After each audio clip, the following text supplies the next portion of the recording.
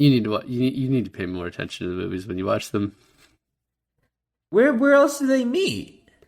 That's where they meet. I'm saying you need to pay attention more. But it's super brief, is it not? It's one of the opening scenes. Hey guys, welcome to another episode of I Finally Watched. I'm Milan. And this is David. And today I finally watched Jackie Brown. I know I watched this before. Like, I have a distinct memory of watching this before. I might have even watched it twice before. And for the life of me going into it this time, I could not remember what this fucking movie was about. It's about Jackie Brown. I know. And I remember Chris Tucker, and I remember Samuel L. Jackson. I remember all the characters. But I was trying to, in the first 15, 20 minutes of the movie, I was thinking, what happens in this movie? And then I watched the movie, and then I realized, I was like, oh, this is the least memorable Quentin Tarantino movie, I think, out of all of his movies. I think it's just because it's so, linear. But I just couldn't remember what happened. And then watching it, it's not halfway through the movie or 75%, 80% into the movie. I was like, oh, yeah, that's right. No, it was just watching it brand new. I was like, okay. I remember Bobby D shooting Mel in the parking lot. And then that was it. That was the only thing I remember happening through the entire film. Well, so I watched this twice for the first time recently in anticipation of this. That's kind of what we do here.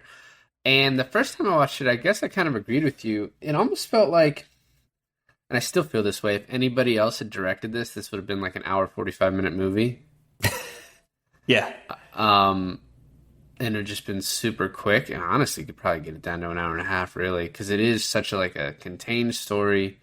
It's very small what actually happens, but just every scene is kind of blown out. And so the first time I watched it, I was just so on it. I was like, oh, it's pretty good. And then I watched it again, sort of just prepare for this, and I was like, oh, I'm actually really enjoying this. And I read this quote from Tarantino, and he was like, this is a hangout movie. He's like, if you focus on the plot and what's happening, you'll not like it, but if you keep watching it, you're just enjoying being with these people. If you just honestly, a casual watcher. Yeah, I guess just a fly on the wall. But I actually agree with him. I was enjoying it a lot more. I saw it in a different way. So the first time I watched it, after Samuel L. Jackson kills Chris Tucker, 15 to 30 minutes into the movie, I was like, this is the most evil character. This guy's just because I like Chris Tucker and I wanted him in the movie longer. Right. But watching it the second time, I was like, nah, he's a super complex guy. Because, and I guess that it kind of shadowed how I felt the movie was going to go the whole time, to where it's I didn't see how this was going. The whole time I was I can't really predict what's happening here. Because the way I saw Samuel L. Jackson was so clouded. And then watching the second time, it's he's funny in parts. He's not as evil and mean as I kind of expected in the beginning, or thought in the first time. So I did enjoy it, and I do think it will be one that I'll put on a lot more. In the background, in the rotation of other Quentin Tarantino movies. But yeah. I definitely think more watches make you appreciate this movie more. I mean, Samuel L. Jackson is an evil motherfucker in this movie, but I think what you're saying is that he is not just evil for the sake of being evil. He's watching out for himself. He has an agenda. He has a purpose on why he's doing these things, right? So it makes it less seemingly like a chaotic evil and more like a meticulous sort of bad guy. Right. No, and yeah, I mean, yeah. Because he kills this is getting deep into it, but he kills Beaumont. So then when the exact same thing happens to Jackie, where she gets picked up by the cops, you're like, oh, he's gonna kill her, and that we'll go into more detail, and you like think that's what's gonna happen, but it doesn't, and it's not. I'm not even sure if he was going to, even before Jackie did what she did to ensure that he didn't kill her, right? Like I don't know that was the. I think that's what we're hinted at, but it could have gone another way. So did we really think that the titular character was going to die, though? No, I thought Samuel Jackson was going to die, or like something like what happened, right? I mean, because at the same time you see the gun. I didn't realize, Samuel Jackson may be in the movie more than Jackie Brown. Like he is kind of the main character. That's one of my favorite scenes, though, where you build up all this tension and like, oh, he's over there to kill her.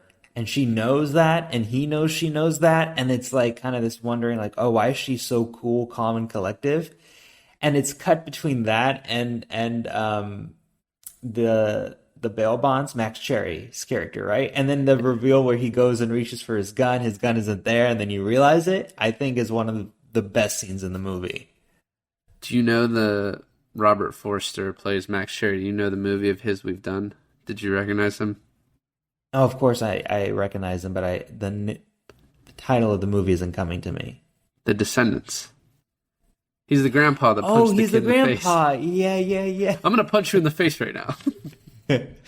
He's awesome. And I love the romance between them. That's like not really played as a romance between Cherry and Brown. Jackie Brown. Yeah, it kind of is though. At the very end, right? Like, I mean, he's interested in her the whole time, and you're like, you think, I don't want to get too far ahead of it, but you think she's not, and then kind of she is a little bit. Let's get to it, because I feel like talking about that makes me want to talk about another duo in this movie, which makes me talk about something else in this movie. So let's yeah.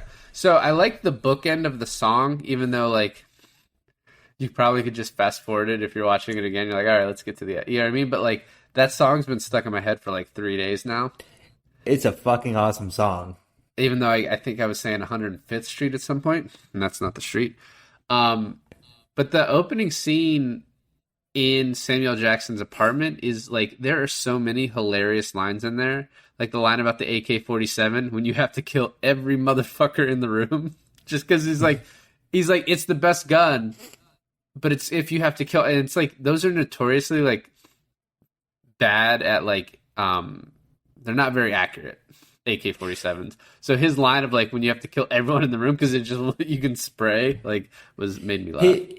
His acting comes off as it's so good. It's almost like he knows what he's talking about, but he's so confident, right? He like talks in this confidence that. If you didn't know what he was saying was true, it'd be like, is he bullshitting right now? Right. Well, and I love she tries to call him out on it, Melanie. Played by Bridget Fonda, and I love too that she was like, when Samuel Jackson walks away. First of all, he like makes her answer the phone, and she's like very pointedly, she's like, and makes sense to me too. Like, well. They're always for you. Why am I answering it so that you can then, like, I can then just give you the phone? Why don't you just walk up there? And, like, she walks up there and she's like, hello? Oh, hey, it's for you. Like, doesn't even listen. Isn't it revealed later on, like, it's her house? Or, like, the dynamic isn't what you think it is? Like, Robert De Niro kind of plays... I love his character. De Niro's character, because it's almost like that character in every movie where it's through the audience's eyes, like he's a new character in the scene, so you don't know what's really going on, so everything has to be explained to him, and in turn it's being expositioned to us. And that usually happens also to like the main character. Right. But it's also like such a unique De Niro character. Like I can't think of one that's very similar. That's just like he's a pothead who like is kind of an idiot, and like he's not really that important to the story at all. He is and he isn't. He's just another cog in Samuel L. Jackson's like plan, right? Right. He apparently wanted the Max Cherry role, but Quentin like specifically wanted Robert Forster for it. No, I think this works out so well, and I think you're right. This is just so unlike any of his other roles that it's like, how can you resist? Like, when has De Niro ever played another role like this? Yeah, I know. It's not like it's not like something he had to stretch on either. Like it didn't seem like a hard part, but it Right. was like completely different. I My favorite part of that scene though is, well, one, the like she's like, the video is boring, isn't it? And his line, just like he's mumbling, he's like, I can sit through it once, like admitting it's boring, but just like, whatever. Also, she's impressed that he went to jail for bank robbery, which is like, that's the kind of woman you are. Like, ooh, you are a failed bank robber. That's hot. But my favorite part is not even a line. It's the second time the phone rings and Samuel Jackson just staring at her and her staring back at him, and then just like this battle, like who's gonna give in. Like the way he looks at her is so fucking hilarious to me. What point where he has to pick up the phone, or oh man, she says something and he's like, "Don't make me put my whole foot in your ass." Yeah, no, no, no. So I have so much to talk about those characters. But before we get to that, we have and you're right. You know, the first time watching this, you kind of trying to find the direction of this film, and I think it is in where Beaumont gets caught. And I love Samuel L. Jackson's explanation on why he goes to a bail bondsman. And Max Cherry is just the unfortunate bail bondsman, or fortunate bail bondsman that gets picked right at this point. And I love his explanation on why he can't just walk into jail with 10 grand in cash and bail her out. Yeah, 'cause then they're gonna ask questions about why I have the $10,000, and then they're gonna start taking some of her court costs. He's like, nah, that's why I go to you, which kind of makes sense. No, totally. And then it plays again exactly the same way, except that Cherry picks up Jackie Brown. Oh, let's talk about Michael Keaton in his role for a second. Did you know he was in this movie? I only knew because of that game Framed that we play. He was in one of the photos, and I was like, "Fuck, Michael Keaton's in okay. Jackie Brown." Otherwise, I Yeah. wouldn't have. But then the other dude is the which I don't understand. An LA, like an LAPD officer working, like it's almost the ATF agent is his partner, like as closely as they work together. I wasn't Um, trying to figure that out. but the LAPD officer is the guy who is the nurse from Kill Bill when she's in the hospital, and he's the one like letting men have sex with her for what, $75 a pop or some fucking. I definitely like him better in this role. He's He's kind of a shitty character in both. Less shitty in this. well, comparatively, yes. Yeah, and it's just kind of funny how I feel like there could be a whole nother movie around Michael Keaton's cop character, just because he dresses in a way that you wouldn't think a cop would dress. He acts in a way like this dude. Quentin wrote like a whole movie backstory on this dude and then just played it straight in this movie. Well, Michael Keaton plays this exact same cop in Out of Sight, because that's also an Elmore Leonard novel. I've never seen Out of Sight. Elmore Leonard, the author of the books that are the TV show, one of our favorite TV shows based on, Justified. Oh, wow. So I mean, comparatively, slightly different. So, well, one thing I want to get back to, I want to give Chris Tucker his due a little bit before, which is also funny. This is called Jackie Brown, but she's not in like the first 30 to 40 minutes of the movie. But I love when he's in the bail bondsman office and fucking De Niro's like, "Hey, I don't want to be in here anymore. I'm getting bored." And he's like, "All right, well, here," he has to explain to him how like a key fob works. And he's like, he just pressed the button and goes, "Ooh." And then like he goes out there and it makes that exact sound that Samuel L. Jackson did. I thought was hilarious. And also the yelling out, like, turn it out as loud as you want, but don't touch my levels. It's funny where and I'm skipping way ahead, but when they're in the department store and Max Cherry and I forget De Niro's character name. Do you remember it? Louis, where they lock eyes and Cherry like kind of nods in his direction when they're basically in the middle of the heist. I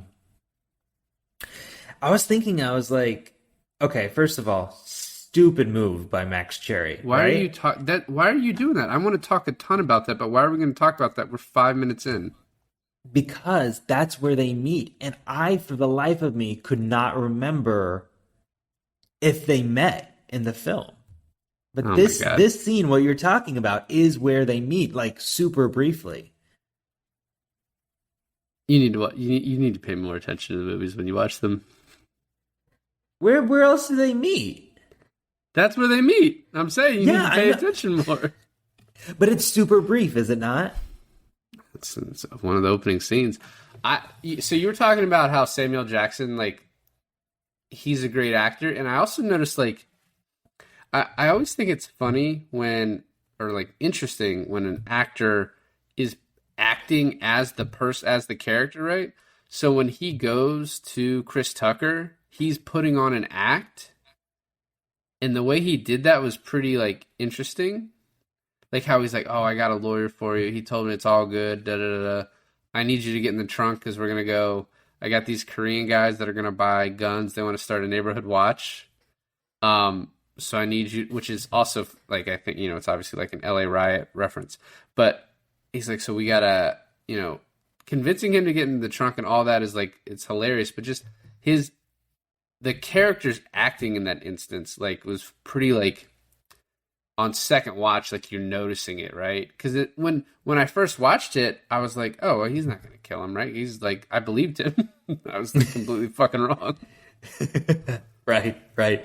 I also like when he drives to, like, the dump site behind the apartment complex or whatever, and the camera pans from, like, I couldn't remember if he just, like, drove around the block and then he was just coming right back where he originally parked, but then the camera starts, like, like craning up and over the houses, and he opens the trunk, and Chris Tucker's, what does he say? He says something like, "We're here already," or something like that, and then you just hear boom, boom, boom. Right.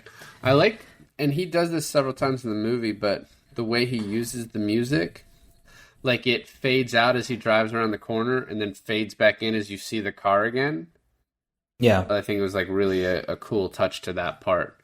So next, like, I mean, we get to meet Jackie Brown next, but, like, right before that, when Samuel Jackson, like, calls Robert De Niro at the house he's staying at, which is this woman Simone that's just, like, dancing for him, and he looks completely uncomfortable watching this. But Samuel Jackson explains to Robert De Niro, like, hey, Beaumont isn't going to do time. I knew he was going to sell me out, which he turns out to be completely right. And he's like, it had to be, this is a classic him or me situation, and it wasn't going to be me. And so that has to tell, like, if Louis was a smarter person, that character, he would know that he was going to get shot later on by this guy, but he's not a smarter person. Yeah, but Louis didn't really deserve to get shot, right? Because even though he shot Mel, Samuel L. Jackson wasn't that upset about it. It was when he realized he was cheated out of the money, but that wasn't Louis' fault. So it kind of shows Samuel. He was upset about Mel. A little. He actually said to him, But as he said, you got to do what you got to do. No. He said to her, what happened to you, man, right after he shot him? And then this line of, her ass used to be beautiful.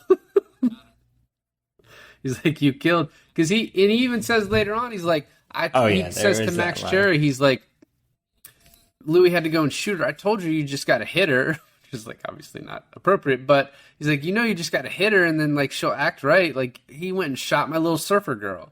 So I think I was trying to figure out, way fucking ahead now, but I was trying to figure out why he shot her or why he shot Louis, and it, like, the only possible explanation is One, because he started back talking him, but two, I think it's because he was mad about Melanie. Because even when he says like, "You got to do what you got to do," it's like the look on his face was like he was upset about it. I want to talk about it more when we get back to it. Well, I kind of still want to talk about Michael Keaton and the cop characters and like their plan to like flip Jackie Brown. First of all, she's like has the worst flight attendant job apparently that flight attendants could possibly have. Yeah, she makes like 16 grand to fly to Cabo there and back as her only trip, I guess. You're the one who wants to talk more about the cops, so you should talk more about the cops. Okay, for the longest time, I thought that they were like dirty cops, right? Or at least like Michael Keaton, maybe Michael Keaton. I don't know why I felt like there was going to be this almost love triangle between Robert Forster, Michael Keaton, and Jackie Brown. Yeah, I was kind of weird. Like, it was a little weird because, Forster or Max Cherry was kind of like, oh, what were you doing? She's like, oh, I was going to dinner with him. And then Samuel Jackson talks about her in kind of a loving way. But I think really what you're supposed to be established is that like all these guys find her desirable, right? So I think that's the whole point of that. But I don't think it's like a triangle. I mean, I was kind of surprised at the love story angle that eventually happens when Max Cherry like bails her out. That slow-mo of her walking towards him and just like the romantic way she's shot or like he's looking at her. Yeah. Right. So yeah, and the cops, I don't know. I think they're not bad, right? But you're supposed to not be on their side, even though they're doing the right thing, because of they're going after this character who is the main character, the titular character. Like, that's why you kind of expect that. But you do have Max in the background acting as like kind of narration or exposition, just explaining like, oh no, they're just young guy. He says, oh, he's just a young guy who's having fun being a cop. Like, he's not gonna steal the money. He just wants, and he turns out to be right about Keaton's character like every single time. So yeah, and the explanation actually, the one of the other cool part about this movie is that when Jackie Brown plays both sides so well, it's like, yeah, she's working with the cop, but she admits to Samuel Jackson that she's working with the cop, and you're like, oh, okay, she's gonna double cross them, and then she admits to the cop that she's working, and it's like, oh no, it's like a triple cross, and then, well, it ends up being insane, but. Well, until she kind of goes over her plan with Max, which we'll get to, I was confused. I was like, I don't actually know what she's doing anymore. Like, well, I guess I'll find out. Which is like, once again, the aspect of like you're following the plot, trying to figure it all out, and then it's really just like a chill movie. So she gets arrested. Did you notice who the judge was? He is the fucking crazy guy in all the Rob Zombie movies. And then apparently he was like acted with Pam Grier in like exploitation movies before this. So she was like knew him very well. Is it bad that I've like never seen a Rob Zombie movie? No, I fucking can't. Yeah, I've watched one and I was like, never again. Not okay, for me. Cool. We're on the same page. The next scene, I think probably like one of them, like first really important scenes. They're obviously all important, but like the Samuel Jackson coming over to her house, to Jackie Brown's house after she gets out of jail, right? And he's asked that the bond gets moved over, and for some reason Max does it, and then he like offers to drive her home and goes to a bar with her first. But Samuel Jackson coming in, putting the gloves on that he used to like when he killed Beaumont, and then you're wondering, like, the first time I watched it, I was like, I have no doubt he's going to kill her right now because he puts the gloves on. He has the gun. He keeps turning off the light as she keeps turning it back on. I was like, he's going to fucking kill her. and then the reveal, right? Well, yeah, because we see Max look for his gun and it's gone, and then she pulls the gun on. He's like, "Is that a gun on my dick?" She's like, "It is." Yeah, and then she takes his gun. And then I love the part in the morning where she gives his gun back to Max, and he's like, "Well, do you need protection?" And she's like, "No, I got a gun." And he's like, "Did you borrow a gun?" And then she's like, "Yeah, sure." Let's just say I got a gun. But I mean, then like, so a lot of the Max and Jackie Brown scenes are exposition though, right? Because she's explaining like why she needed the gun. She's giving him like Samuel Jackson's motivation. He's giving And then, her the motivation of the cops. Yeah. and they're like why, and she's like explaining what she's going to do. And then we get back to another scene in Melanie's apartment, and another favorite line. Some of my favorite lines in there, I just can't say it because it's stuff Samuel L. Jackson can say that I can't repeat. But Yeah. one of my favorite lines is when he's like going to go meet Jackie Brown. He's like, why are you smoking weed already? He's like, weed stunts ambition. And Melanie's like, not if my ambition is to get high and watch TV. And then like Robert De Niro starts giggling, and then Samuel Jackson looks at both of them. He's like, you fucking just laugh at me, whatever. He's like, I'm gonna go take care of business, and then I get high at night. That's what I do. I love the part where he leaves, right? And then De Niro and Fonda are like flirting and whatever, and it's just this. You know what it reminded me of? It reminded me of that scene in Pulp Fiction where they go to Quentin Tarantino character's house, and then he's like in his bathrobe. It's like casual, like that, and or that kind of setting. And then finally, I think it was Mel, right? She's like, "You want to fuck?" He's like, "Yeah, okay." And then 3 minutes later, With the title card and everything. I love later on too. I want to get back to the scene, but I love later on when they're at the bar and he's like, "Yeah, I had sex with her," and he's like, "Oh, that's good. I mean, she loves sex. She's not any good at it, but she loves it."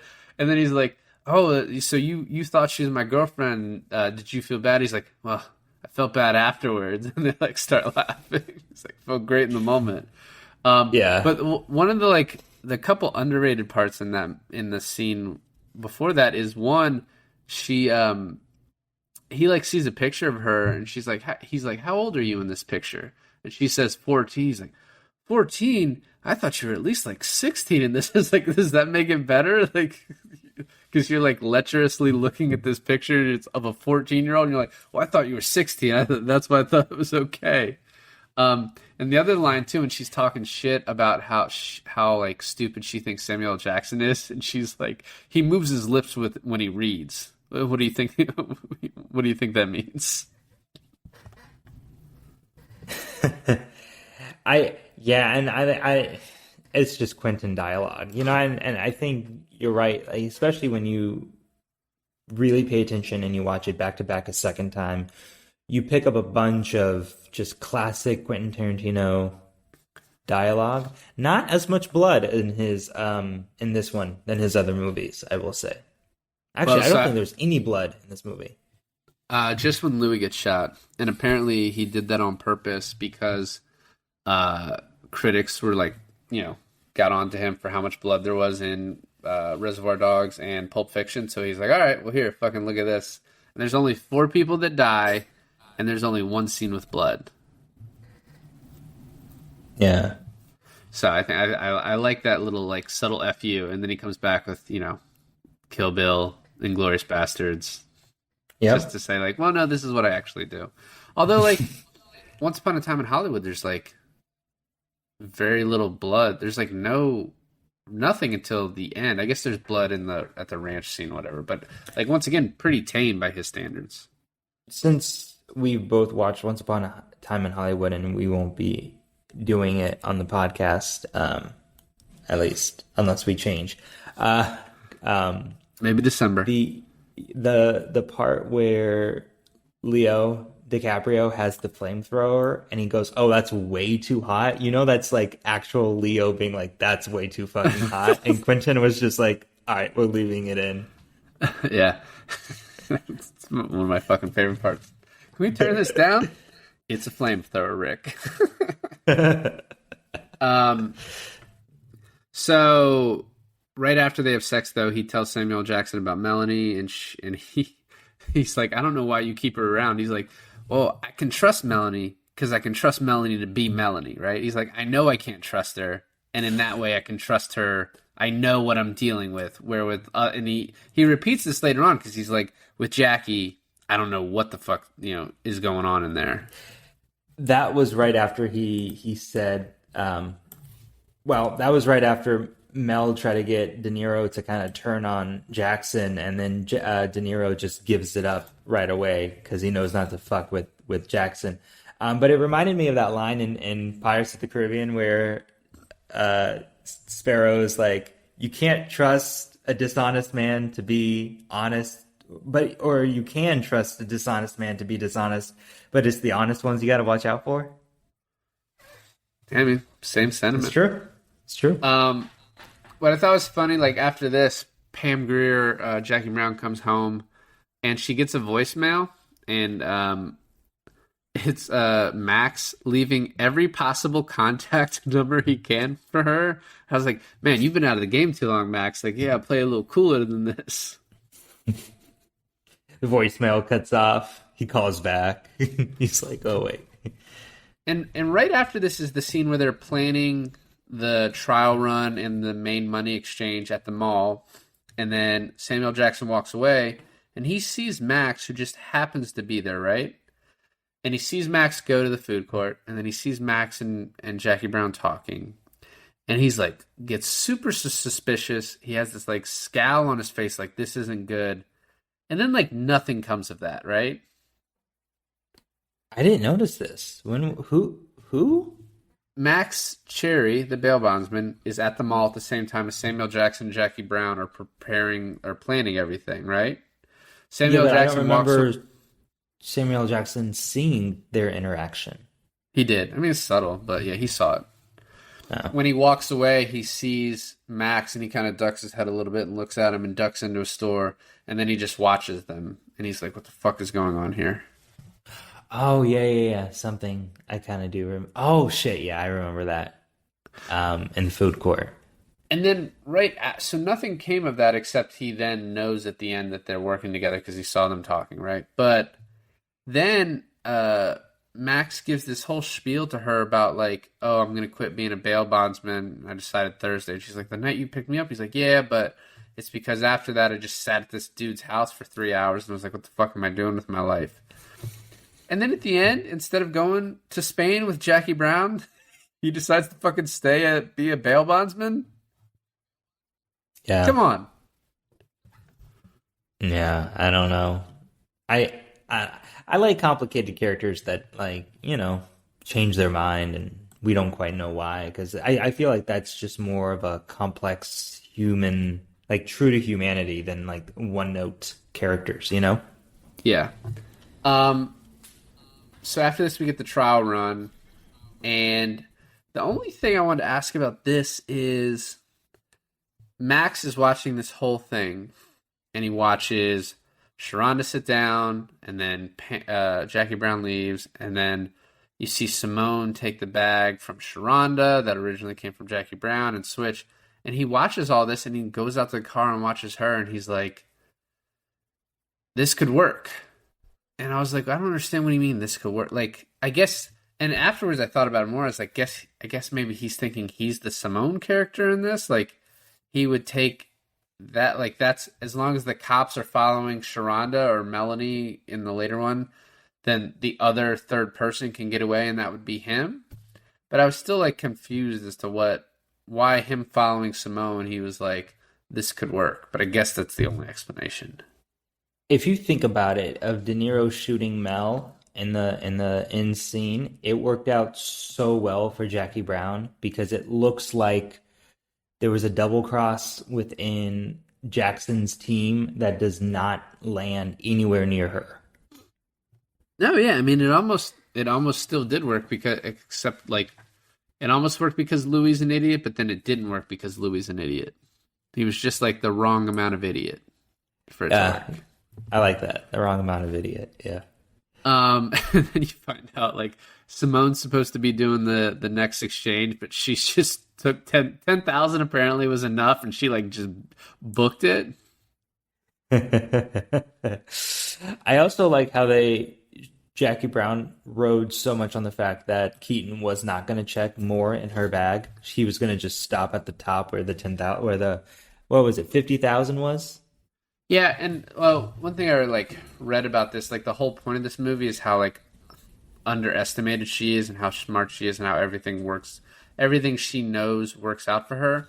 But in the first time watching this, I was like, "What the? You just think he's not going to check the bottom of your purse? Like he found the drugs because he checked it again. Like they made you dump your whole bag the first time." I was like, "I don't know." But she what like her point of like, I told him there's going to be 50, so once he finds 50, he'll give up. And I was like, I guess you're right. I guess it's because you could always expect. I mean, this is just, I'm just putting logic. I'm not saying this has any truth to it, but you can almost expect if you're going to pull something, you're either going to pull it on the first try or you're going to pull it on like the fifth or sixth try, right? But like, who suspects the second try? I guess it honestly though would have made sense to do it on the first try, but she couldn't trust the cops, so she had to do it on the second one. But if you trusted they were going to keep their word, if you hit it on the first one, then the money's already gone for the second one. Yeah, I could see either way, but it's just a real like out of left field if you. But the other problem on the is second one. This partner in Cabo would have had to have like, how would you get all the money? Because he needs to be in on it too. So I guess it doesn't really work that way. So That's we true. get to the final exchange, and the one thing I want to say, like the one like part that I think sets this up, because Louis' thing, I was like the first time I watched it, I was like, it's kind of out of left field that he just kills her. But right before that, the night before, she kind of like rubs her feet on him. There's a whole like feet scene with her, like there is in all these movies. Thanks, Quentin. Right. And he kind of spurns her, and she calls him a chicken shit. And like he gets super annoyed when she calls him a chicken shit. Like you can see it on his face. And then the next day, the whole getting her out of the apartment, the whole ride to the fucking mall, in the mall, leaving the mall. He's getting more and more pissed. He's such a fucking idiot. He can't figure his way out of a mall. Like the second time I watched, I was like, yeah, this makes sense. That's why he shot her. It's also unexpected though, because you know so little about his character. Yeah, all you know is he's a criminal and he got in the joint for bank robbery, but you don't know if he's like so watching this like a couple times I did remember he was kind of a loose cannon, but it almost as if like De Niro's Cape Fear character like got old and then still had his like stid about him, you know? Maybe not that crazy. One thing, so in the beginning of this, and I don't know if you knew this, but all the LAX scenes in the car just took place in the mall parking lot. That makes so much sense. But Jackie Brown's like to Michael Keaton is like, have you ever thought about taking some money? I was like, why the fuck would you say that to him? Like, you're just making it, the only thing that could possibly do is make him suspicious. Like, oh wait, has she thought about taking some? Like I think the whole point of that dialogue is just to have some interesting dialogue there where Michael Keaton talks about like how he looks at the money and he would never do that, but no one would notice. And he's like, but this is ATF money now, it's evidence, so that's the way they look at it. But it's such a stupid thing for her to ask. Yeah. But it could also be a smart thing, right? Like she could be kind of gauging him. I don't know. I totally see your point. I totally agree with you. But I'm just trying to like play devil's advocate and see like maybe there's another point. A method to the madness. Yeah. I think the structure of the way this is told is probably my favorite part. Like it's kind of like similar in like a Pulp Fiction way, the way it's kind of combined together in like a unique way. Like he does Jackie Brown's part, then he does Mel and Robert De Niro's part, and then like halfway through you see Mac's enter, and then you see all of Mac's part, right? And like the way it all connects. One question I had though is like Robert De Niro keeps holding Melanie and is like, stand here, don't go over there. What are you doing? Da, da, da. She's supposed to go in there to grab the money.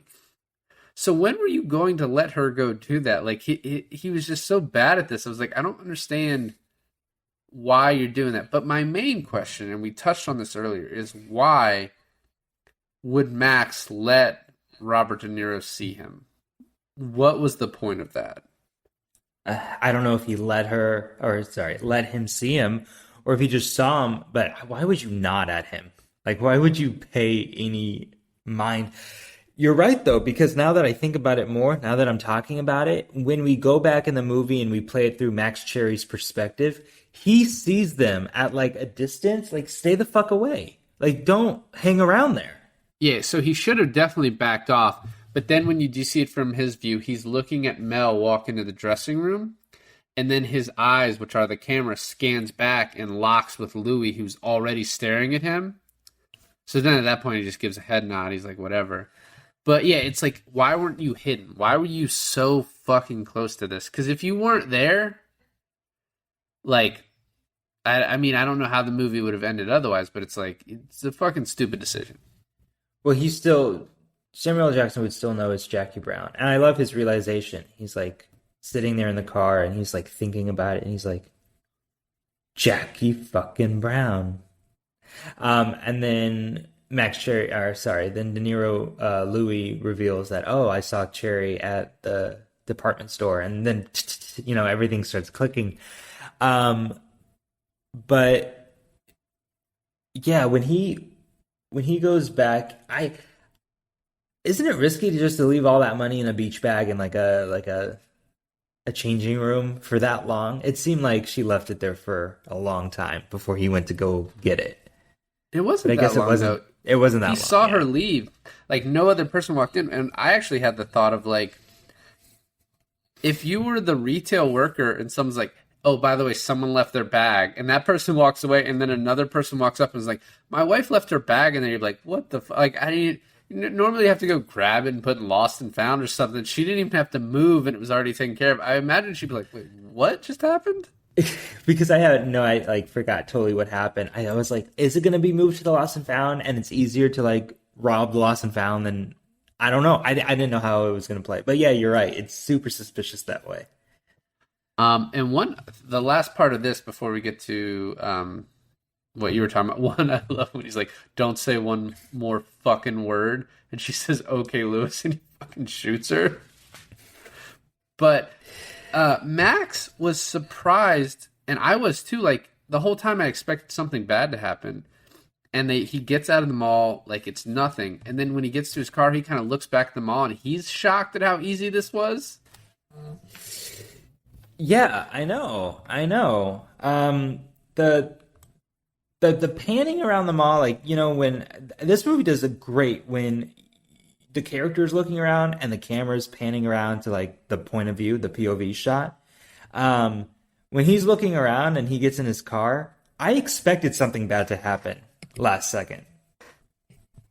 No, I did as well. I was like, is Samuel Jackson going to walk up? Is Louis going to have seen him and drive by? Or like, yeah, I was. Yeah, I was actually, because it was almost like a replay of like everything from De Niro's perspective till he shoots Mel and drives away with Jackson.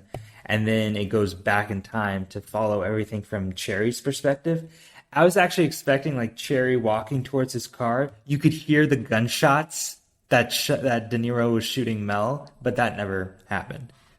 Right. I love his explanation to Samuel Jackson, too. He's like, yeah, I've been meaning to talk to you about that, because he asked where his Mel is. He's like, she was just mouthing off at me, just more and more and more, just kept going. First about the bag, da-da-da-da-da. And he just keeps saying that, and Samuel Jackson's like, wait, so you left her there? He's like, well, no, I shot her twice. And he's like, what?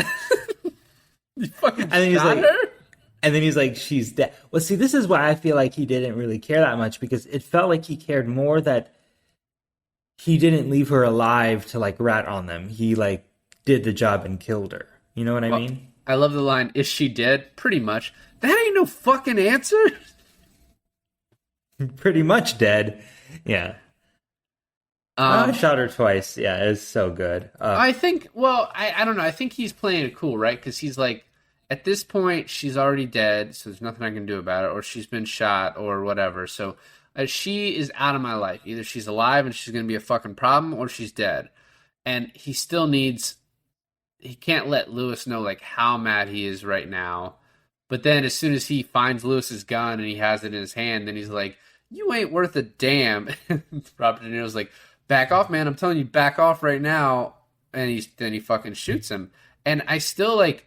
He says, "What happened to you, man?" Which like the line reading of that was so good because he was actually like hurt that this guy that used to be like this good criminal just fucking sucks at it now. And then he says, "I like had to listen to this line like 7 times." He's like, "Her ass used to be beautiful, man." And I was like, "What does that mean?"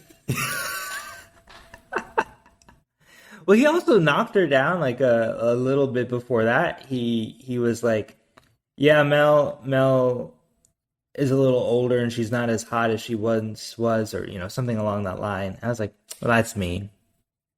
I did think the movie purposely tried to make she is definitely attractive in the movie, but I thought like the movie, like her makeup, like they weren't accentuating her to make her look as hot as she could be. Like I think it was purposeful to make her look like she had been on too many drugs for too long and just kind of like just was floating through life. So I think that was like the what they were going for.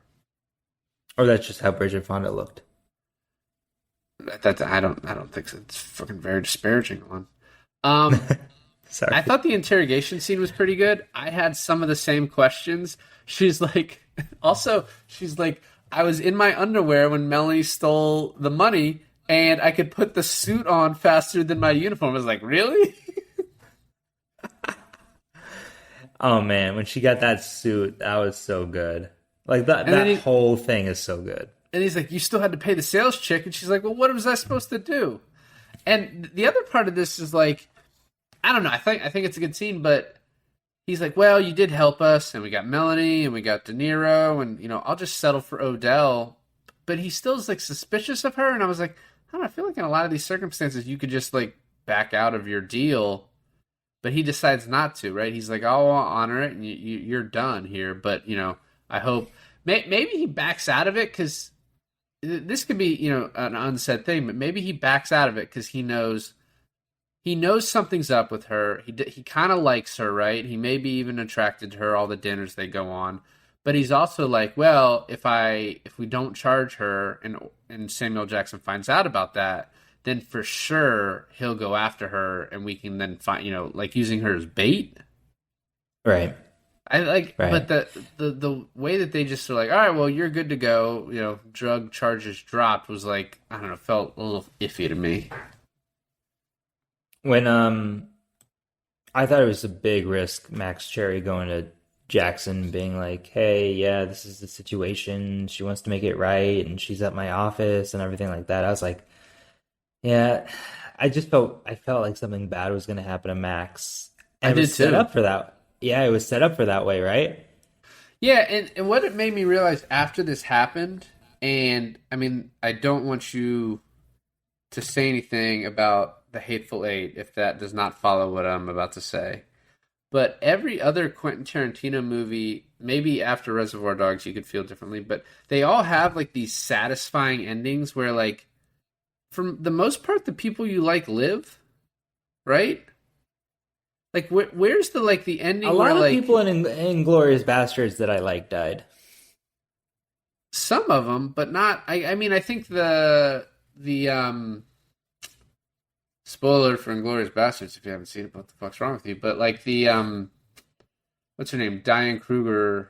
Her dying was maybe you're like, oh, that was probably the roughest scene in any of his movies as far as someone just like dying and there's nothing that can be done about it. But like for the most part though, like Hitler and the Nazis get killed, right? Once Upon a Time in Hollywood has an awesome ending. In Pulp Fiction, Butch gets away with it, right? And the only person who you may like is Travolta. But honestly, just rewatching it, he's kind of a fucking dick. Like in a lot of the movie. Travolta's a dick. No. I was actually talking about Inglourious Bastards in the bar scene. the Yeah, I get that's that fucking scene. awesome. That's a fucking awesome scene though. No, it is an awesome scene, but I like. Yeah, so... But I'm saying, like, ultimate scenes, right? Like, a main character dying in the end where you're, like, the whole time, like... Because I was worried for Max, and then in the end, like, everything works out. Like, he just gives you these, like, very satisfying endings to me. Because even in Inglourious Bastards, right? That scene in the bar happens, like, within the first hour. So then you have the rest of the movie to kind of pick you up and make you feel good again. Because Hitler gets his face shut off. Yeah. I know, of course. But you know, how I'm really bad at like spoiling movies for people. But with The Hateful Eight, you're so lucky because I barely remember what the fuck happens in that movie. Good to know. Good to know.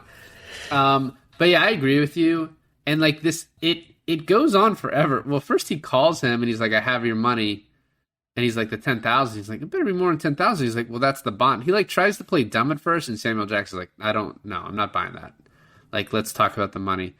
And he gets suspicious. He's like, "I'm not going to go to your bail bonds office. Like, why would I do that?" And Max is like, "Well, because we could have just sent the cops here. She's not going to do that to you."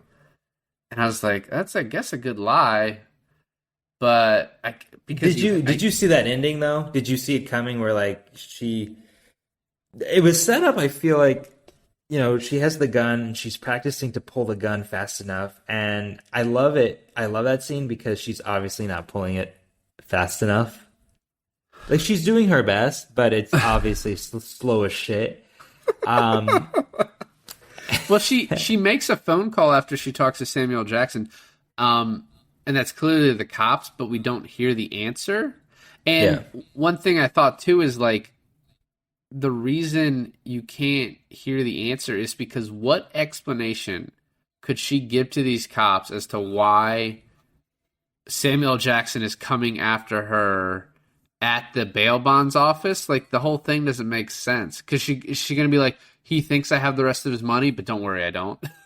Did you find it weird where like Michael Keaton flips on the light first, like totally giving himself away, and then there's that moment, like that standoff moment, and then she's like, "He has a gun." When I mean, he does have a gun, but not like holding it, right? Well, that's the thing is, I didn't think he was holding it. I thought it was like in his pocket or something. But then when they turn the lights on, it's in his hand. It was in his back. It was in his back pocket. Yeah. I thought it was in his hand when at the very end. What? Yeah, like when he's laying on the floor, I thought it was in his hand. But I didn't think so. Either way, he was not a threat. He was not an imminent threat. Yeah, I thought she was lying to get him shot, and I was like, fucking good. But yeah, real quick though, we haven't talked about Winston's character a lot, but I love his line of, "Oh yeah, I don't know, have to know what I'm doing as long as you do." And Max is like, "I think you do. I think I do. Is that good enough?" And he's like, "Yeah, that'll work." I love like he's not in the movie a lot, but then the other times he's in the movie, towards the end, everyone's like questioning like, "How'd you find him?" And he's like, "It's what I do. This is my job." I was talking a second ago about how why would Samuel Jackson go over there, and one of the ways they explain that is as they're walking out of the house to the car, he's like, "Man, I've never heard her so scared on the phone," which we also really don't get to see that. And I'm wondering if just like the scene didn't work, so they didn't want to show it to us, or what. But he's like, "Oh wow, she was so scared. Okay, I'm convinced." You know what I mean? Just moved on. Yeah. And then he's shot in a hail of bullets, and boom, boom, boom. The whole fucking film wraps up quite nicely, as you say. Yep. She decides to go to Spain. He only took 10%. She wanted him to take more, and she's like, "I didn't use you," and he's like, I don't feel like I got used." And then she kisses him, and he's just like, "I'm not going to Spain, but I don't understand why, Max. I don't really understand why." Maybe he's always just meant to be a bondsman. Who knows? I like the movie, but I agree with Quentin where it's just kind of this movie you play in the background and you just kind of let it go. I think it's one of his least memorable movies, but that's saying a bunch because Quentin movies are quite memorable in their own right. I mean, even if you said this was your least favorite Quentin Tarantino movie, it's like, you know what I mean? I am not going to rank them right now, and we're going to, by the end of this month, I'll have watched, all the ones that I have missed so far, like, which is just, so we're going to do 4 rooms because you won't fucking let it go, and then I haven't seen Hateful Eight, and those will be the last ones, but then you also haven't seen Death Proof, and then we'll all be caught up. But even if I ranked them, even if I somehow ranked Jackie Brown last, which it wouldn't be, it would still be like a top fucking movie for me. Like, it's still so good. It's just like, you're comparing it to Once Upon a Time in Hollywood, Inglourious Basterds, Pulp Fiction. You know what I mean? So for me, it would definitely be Hateful Eight last, and Maybe Jackie Brown's second to last. I haven't seen Death Proof, but I feel like that's just gonna be fun. I can't like hate on a fun movie, you know? I think he thinks Death Proof is his worst movie. Really? Okay. Well, I mean, but I kind of like bad movies, so who knows? But real quick, so one fun fact about this movie is so he made this movie for Pam Grier, whose best known character before this was Foxy Brown, and so in this she plays Jackie. She actually did a screen test for the Rosanna Arquette character in Pulp Fiction. She's the girlfriend of his drug dealer. Oh yeah, yeah. Um, and so he wrote this movie for her basically. And when she came to audition for it, she said there were all these posters of her from like 20 years ago in his like studio or house or whatever. And she was like, "Did you put these up because I was coming over?" And he's like, "No, I was going to take them down because you were coming over." That's so great. And like that's I don't know. This movie, I think, like in one second view, in like a second viewing, grew on me so much that I don't know. I just really like loved it. It's my friend Zach, who you also know. This is like one of his dad's favorite movies. And it is a good hang movie. It's a cool movie. It's like, I don't like to use this term. It's a vibe, right? Like with the music that's like still stuck in my fucking head. It's kind of a pothead movie too. It's got like a dazed and confused feel to it, and it's nothing like that. But yeah, Yeah. it is a good movie. And I'm glad we did it, and I'm glad to do the rest of these. No, I'm excited. This was definitely not the reaction I thought you would give from this movie. So that's kind of cool. That it's not exactly how I thought it would turn out. 4 Rooms, on the other hand, we'll see. You're gonna fucking love it. It's awesome. All right, guys. Well, thanks for listening to another episode of I Finally Watched. I'm Milan. And this is David, and I finally watched Jackie Brown.